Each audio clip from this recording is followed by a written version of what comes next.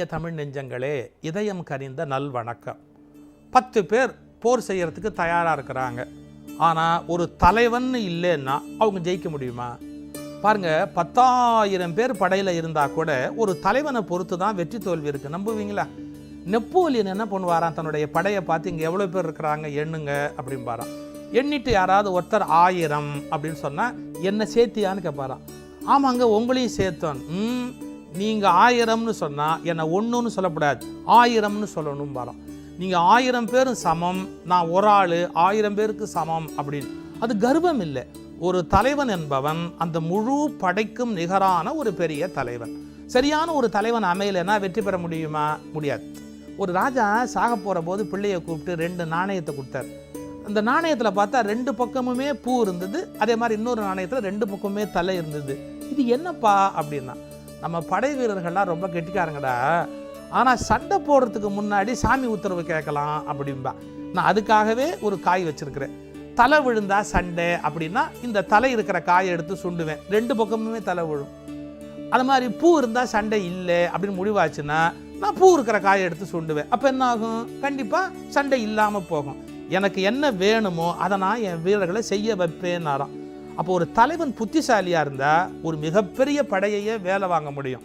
தலைமை தான் ஒரு மிகப்பெரிய வெற்றிக்கு காரணம். ஒரு சின்ன கதை பாருங்களேன்.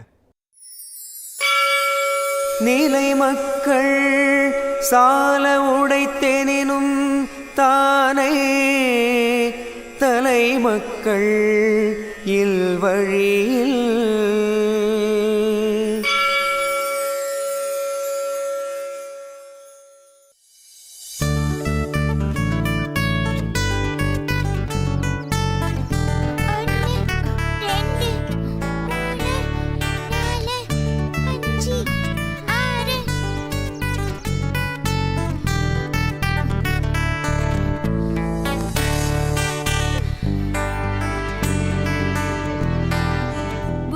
அங்க பாரு, குரு வராரு.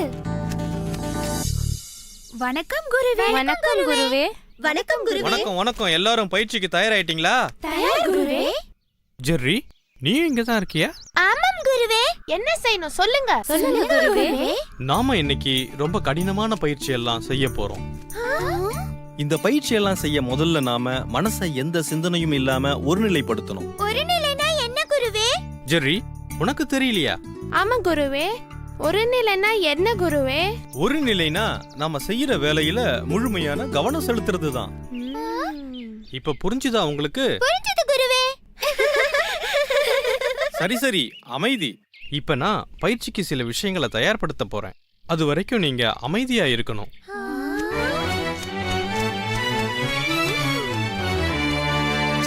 இவ்ளோதானா? இதுக்கு இவ்ளோ பேச்சு? ஜெரி, சும்மா இருக்க மாட்டியா? இங்க பாரு, ரொம்ப நாளா எங்க கூட பழகிட்டேன்ற காரணத்தால குரு அமைதியா இருக்காரு. நீ அதிகமா பேசின அப்புறம் அவ்வளவுதான். மன்னிச்சுடு பூச்சி. பசங்களா, இங்க கவனிங்க. சொல்லுங்க குருவே. இப்ப நான் என்ன செய்யணும் அதை நீங்களும் செய்யணும், சரியா? சரிங்க குருவே.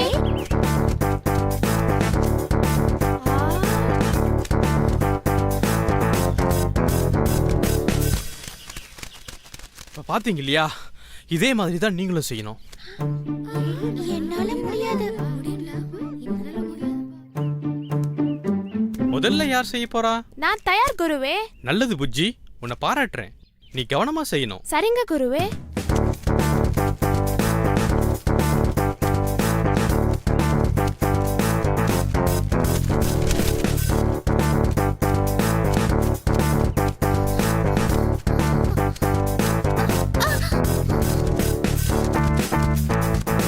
ரொம்ப அழகா செஞ்சீங்க.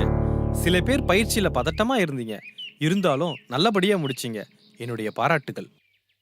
இப்ப நாம இந்த அடர்ந்த மரங்களுக்கு நடுவிலே நுழைஞ்சி எங்கேயும் மாட்டிக்கொள்ளாம வெளியே வர்றது எப்படின்னு செய்து காட்ட போறேன். மிகவும் கவனமா பாருங்க.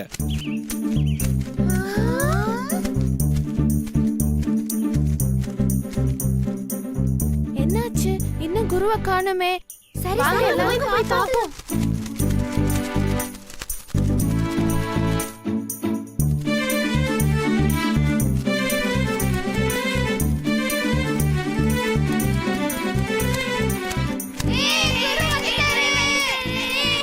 மன்னிக்கணும் குருவே, நீங்க இவ்வளோ நேரம் வெளியில வரலனதும் நாங்க பயந்துட்டோம். இது ஏற்கனவே செஞ்ச பயிற்சியை விட ரொம்ப கவனமா செய்யணும். ஆனா நீங்க ஒவ்வொருத்தரா போக வேணாம், 2 பேரா 3 பேரா போங்க. சரிங்க குருவே.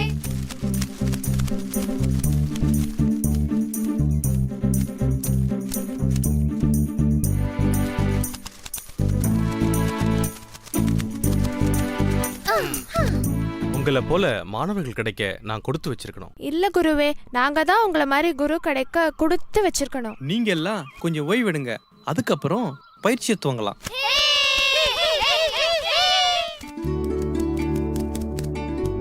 சரி, உன் வலைக்குள்ள ஏதாவது உணவு வச்சிருப்பியே, கொஞ்சம் கொடுடா. வலைக்குள்ள உணவு இருந்தா நான் ஏன் வெளியில வந்து கஷ்டப்பட போறேன்? என்ன மாணவர்களே, தயாரா? தயார் குருவே.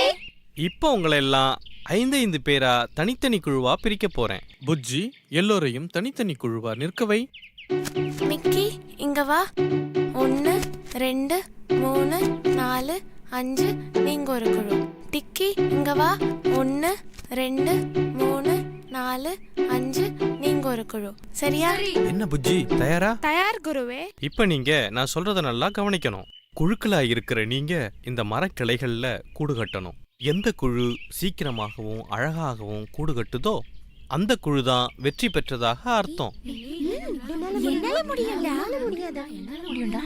என்ன, தயாரா? தயார் குருவே. 1 2 3.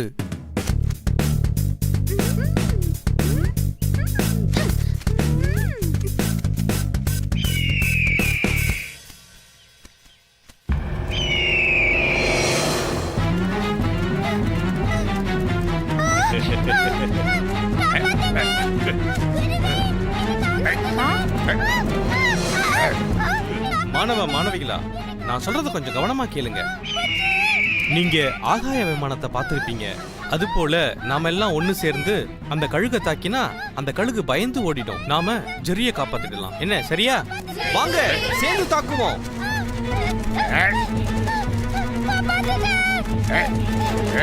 தயாரா? விமானம் கீழே இறங்குற மாதிரி எல்லாரும் கழுகை தாக்குவோம். வாங்க.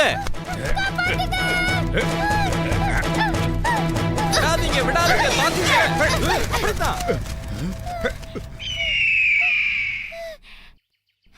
குருவே, ரொம்ப நன்றி குருவே. உங்களுக்கும் உங்க கூட்டத்துக்கும் நான் எப்படி நன்றி சொல்றதுன்னு தெரியல குருவே.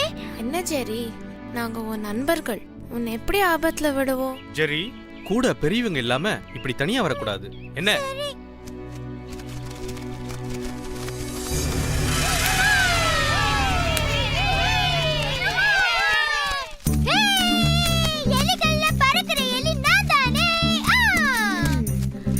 இப்ப சந்தோஷமா ஜெரி? புஜ்ஜி, இன்னும் ஒரே ஒரு முறை. ஜெரி, குரு வர நேரமாச்சு, நம்ம அப்புறமா விளையாடலாம். சரியா?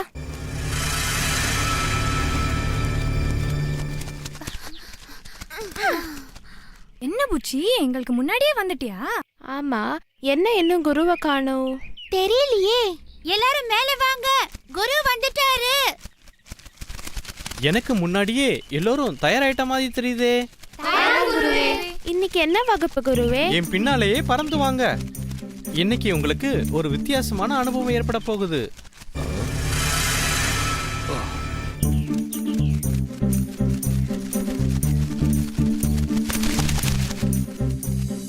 ஐயோ, எவ்வளவு தானியம்! நாம என்ன தானியத்தெல்லாம் தின்னுட்டு அதுக்கப்புறமா போலாம். புச்சி, வேணாண்டா. அம்மு, நமக்கு எதுவும் ஆகாது. ஏன்னா நம்ம கூட நிறைய பேர் இருக்காங்க. அப்ப குருவுக்கு சொல்லலாமா? குரு அதுக்கு ஒத்துக்க மாட்டாரு. அவர் எங்க போறாருன்னு எனக்கு தெரியும். நாம என்ன தானியத்தெல்லாம் தின்னுட்டு அதுக்கப்புறமா போலாம். என் கூட வர்றவங்க எல்லாம் வரலாம்டா.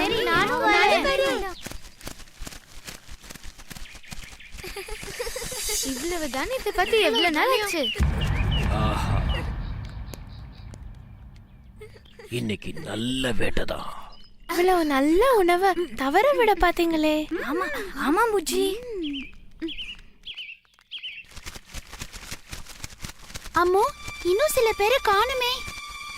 ஆமா, என்ன காணமா? உடனே புறப்படுங்க. என்னாச்சுன்னு போய் பாப்போம்.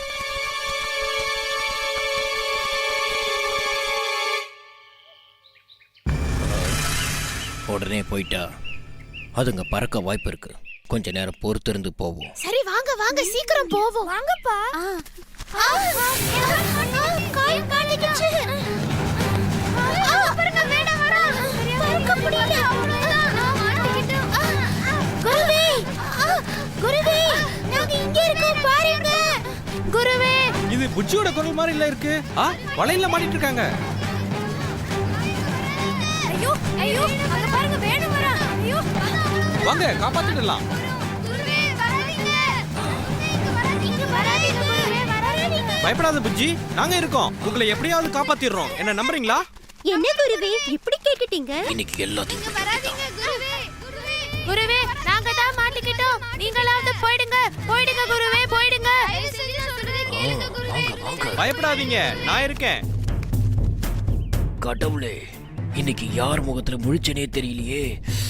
ஆஹா, குருவே உங்க வார்த்தை மீறி வந்ததுக்கு எங்களுக்கு இது தேவைதான் குருவே. நீங்களும் ஏன் குருவே வந்து மாட்டிக்கிட்டீங்க? அழாத புஜ்ஜி. இங்க பாருங்க, நம்ம கடைசியா ஒரு பயிற்சி செய்ய போறோம். குருவே அங்க பாருங்க வேணும் வரா. அங்க பாருங்க.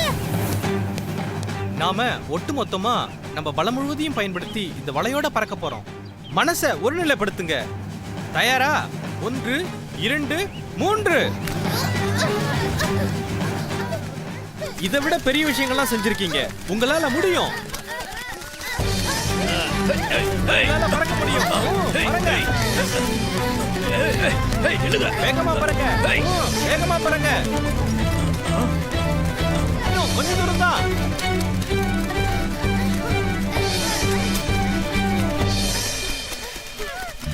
குருவே கால் நல்லா மாட்டிட்டு இருக்கு. வர மாட்டேங்குது. மெதுவா, அவசரம் வேணாம். மெதுவா. என்ன மன்னிச்சிடுங்க குருவே. பரவாயில்ல புஜ்ஜி. நாமெல்லாம் திரும்ப வருவோம்னு நினைச்சே பார்க்கலடா. வேடு நம்மள புடிச்சிருவானோன்னு பயந்துட்டேன். என்னாச்சு? அது பெரிய கதை. முதல்ல இந்த வலையை அறுத்து விடு. சரி.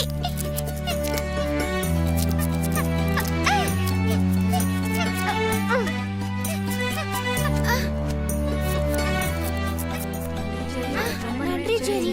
ரொம்ப நன்றி ஜெரி. நன்றி ஜெர்ரி. என்ன குருவே இது? எனக்கு போய் நன்றி சொல்றீங்க? எங்களை வலையில இருந்து காப்பாத்தினதுக்கு ரொம்ப நன்றி ஜெரி. புச்சி அம்மு நீங்க எல்லாரும் என்னதான் உறுதியான வீரர்களா இருந்தாலும் உங்க எல்லாரையும் திறமையா வழிநடத்தி சென்ற உங்க குருவால தான் வெற்றி பெற முடிஞ்சது. முடிந்ததா? இன்னும் இருக்கா? குரு வாழ்க. குரு வாழ்க. குரு வாழ்க. அடுத்த பயிற்சிக்கு தயாரா? தயார் குருவே. படைமாட்சி என்ற அதிகாரத்திலே நிலை மக்கள் சால உடைத்து எனினும், நிலை மக்கள்லாம் நிலை நின்று சண்டை செய்யக்கூடிய மக்கள். சாலனா நிறைய போர் வீரர்கள் ஒரு தலைவனுடைய கையில் இருந்தாலும் ஜெயிக்க முடியுமா? முடியாது. எப்போ முடியாது? தானே தலைமக்கள் இல்வழியில். தானேனா உங்களுக்கு தெரியும், சேனை. தலைமக்கள் இல்வழியில்னா தலைவன் சரியானபடி இல்லாத போது ஜெயிக்க முடியாது. ஒரு வேடிக்கையான சம்பவம் சொல்லுவாங்க. நெப்போலியன் மிகப்பெரிய தலைவர்னு சொல்லினேன். இந்த நெப்போலியனை வீழ்த்திட்டா இந்த படையை பிடிச்சிடலான்னு முடிவு பண்ண எதிர்த்தரப்பு என்ன பண்ணாங்களாம், ஒரு 40-50 பூனையை கொண்டு வந்து போர்க்களத்துக்குள்ளே விட்டுட்டாங்களாம். நீங்கள் நம்புனா நம்புங்க, அவ்வளவு பெரிய உலக வீரன் நெப்போலியனுக்கு பூனைன்னா பயம். அவன் சின்ன வயசில் தூங்கும்போது பூனை அவன் முகத்தில் அரைஞ்சிருச்சு. அதனால் பூனையை கண்டா அவனுக்கு பயம். இதை தெரிந்து வைத்துக்கொண்டு எதிரி தலைவன் என்ன பண்ணிட்டான், பூனையை கொண்டு வந்து போர்க்களத்தில் விட்டான். நெப்போலியன் பயந்தான் பாருங்க, படை முழுக்க அப்படியே சரண்டர் ஆகி போச்சு. அப்போ தலைவன் சரியில்லை என்றால் அந்த மிகப்பெரிய படை ஆபத்துக்கு உள்ளாகும். நிலை மக்கள் சால உடைத்து எனினும் தானே தலைமக்கள் இல்வழி இல். தலைவன் சரியில்லை என்றால் ஒரு தானையால் ஜெயிக்க முடியாது. நிலை மக்கள் சால உடைத்தெனினும் தானே தலைமக்கள் இல்வழியில்